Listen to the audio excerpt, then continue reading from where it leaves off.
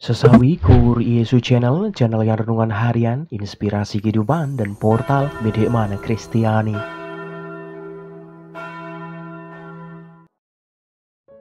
Damai sejahtera beserta kita. Semoga sahabat-sahabatku yang terkasih di dalam Kristus, sobat muda, dan sahabat-sahabatku dimanapun Anda berada, sungguh selalu beroleh rahmat sukacita, berkat yang melimpah, perlindungan dari Tuhan dan rahmat kesejahteraan sahabatku. Sahabatku yang terkasih, pada kesempatan ini pada hari Kamis pekan biasa ke-31 ini sahabatku, kita akan bersama-sama mendengarkan firman Tuhan, mencecap dan merenungkan bersama dari Injil Lukas bab 15 ayat 1 sampai dengan 10. Sahabatku yang terkasih, mari kita satukan hati dan pikiran kita. Kita siapkan hati dan pikiran kita supaya dengan kesungguhan hikmat sukacita kita boleh dan mau terima firman Tuhan sahabatku. Tuhan beserta kita sekarang dan selama-lamanya. Inilah Injil suci menurut Lukas. Dimuliakanlah Tuhan. Para pemungut cukai dan orang-orang berdosa biasanya datang kepada Yesus untuk mendengarkan Dia. Maka bersungut-sungutlah orang-orang Farisi dan ahli-ahli Taurat, katanya, Ia menerima orang-orang berdosa dan makan bersama-sama dengan mereka. Lalu Ia mengatakan perumpamaan ini kepada mereka, Siapakah di antara kamu yang mempunyai 100 ekor domba, dan jikalau ia kehilangan seekor di antaranya, tidak meninggalkan yang 99 ekor di padang gurun dan pergi mencari yang sesat itu sampai ia menemukannya. Dan kalau ia menemukannya, ia meletakkannya di atas bahunya dengan gembira. Dan setibanya di rumah, ia memanggil sahabat-sahabat dan tetangga-tetangganya serta berkata kepada mereka, Bersukacitalah bersama-sama dengan aku, sebab dombaku yang hilang itu telah kutemukan. Aku berkata kepadamu, demikian juga akan ada sukacita di sorga karena satu orang berdosa yang bertobat, lebih daripada sukacita karena 99 orang benar yang tidak memerlukan pertobatan. Atau perempuan manakah yang mempunyai 10 dirham, dan jika ia kehilangan satu di antaranya, tidak menyalakan pelita dan menyapu rumah serta mencarinya dengan cermat sampai ia menemukannya. Dan kalau ia telah menemukannya, ia memanggil sahabat-sahabat dan tetangga-tetangganya serta berkata, Bersukacitalah bersama-sama dengan aku, sebab dirhamku yang hilang itu telah kutemukan. Aku berkata kepadamu, demikian juga akan ada sukacita pada malaikat-malaikat Allah karena satu orang berdosa yang bertobat. Demikianlah sabda Tuhan. Terpujilah Kristus.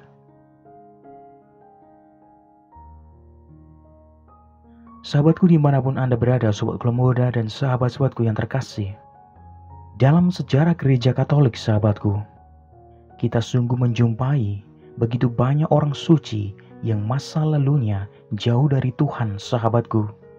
Misalnya Santo Agustinus dari Hippo sahabatku.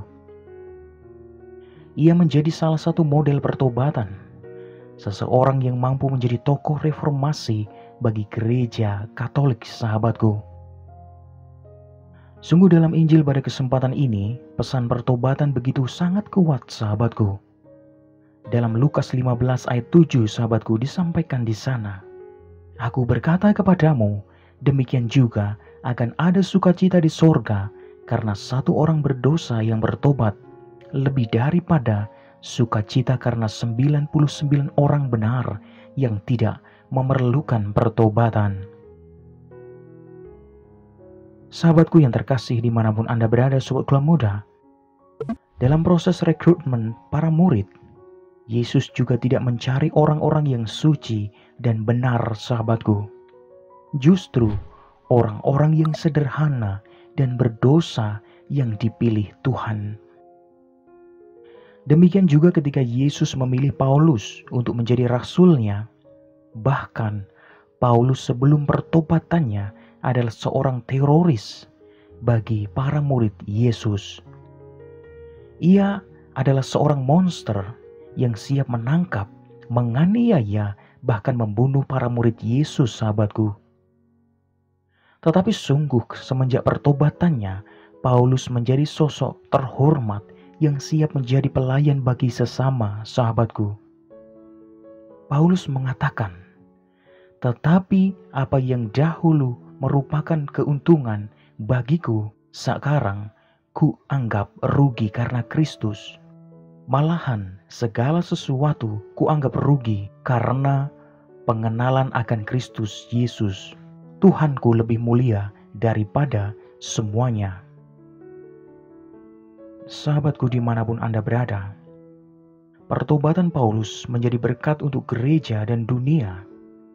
Bagaimana dengan kita saat ini? Yesus dan gereja sungguh menantikan pertobatan kita masing-masing. Amin. Kemuliaan kepada Bapa dan Putra dan Roh Kudus, seperti pada permulaan, sekarang, selalu, dan sepanjang segala abad. Terpujilah nama Yesus, Maria dan Santo Yosef, untuk sekarang dan selama-lamanya. Amin. Sahabatku yang terkasih, mari kita tutup renungan singkat ini, kita satukan dengan doa. Marilah berdoa. Dalam nama Bapa dan Putra dan Roh Kudus. Amin. Ya Allah, berikanlah keberanian dalam diri kami masing-masing untuk bertobat, dan singkirkanlah kecenderungan kami untuk mengubah orang lain. Pakailah hidup kami ya Tuhan, menjadi sarana firman-Mu yang hidup, dan hidup kami semakin menjadi berkat bagi banyak orang. Biarlah yang terjadi dalam hidup kami ya Tuhan, terjadi seturut kehendak-Mu. Amin.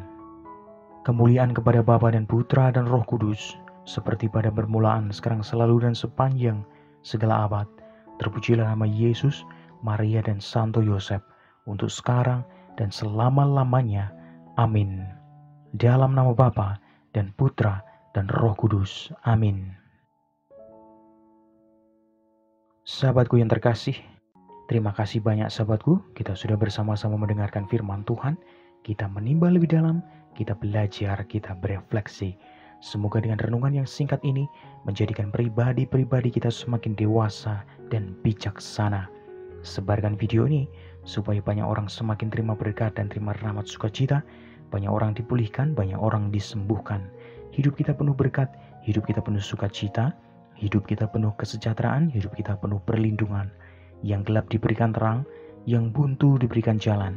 Sampai jumpa di renungan harian besok selanjutnya. See you later. Bye-bye. Berkah dalam, Tuhan memberkati.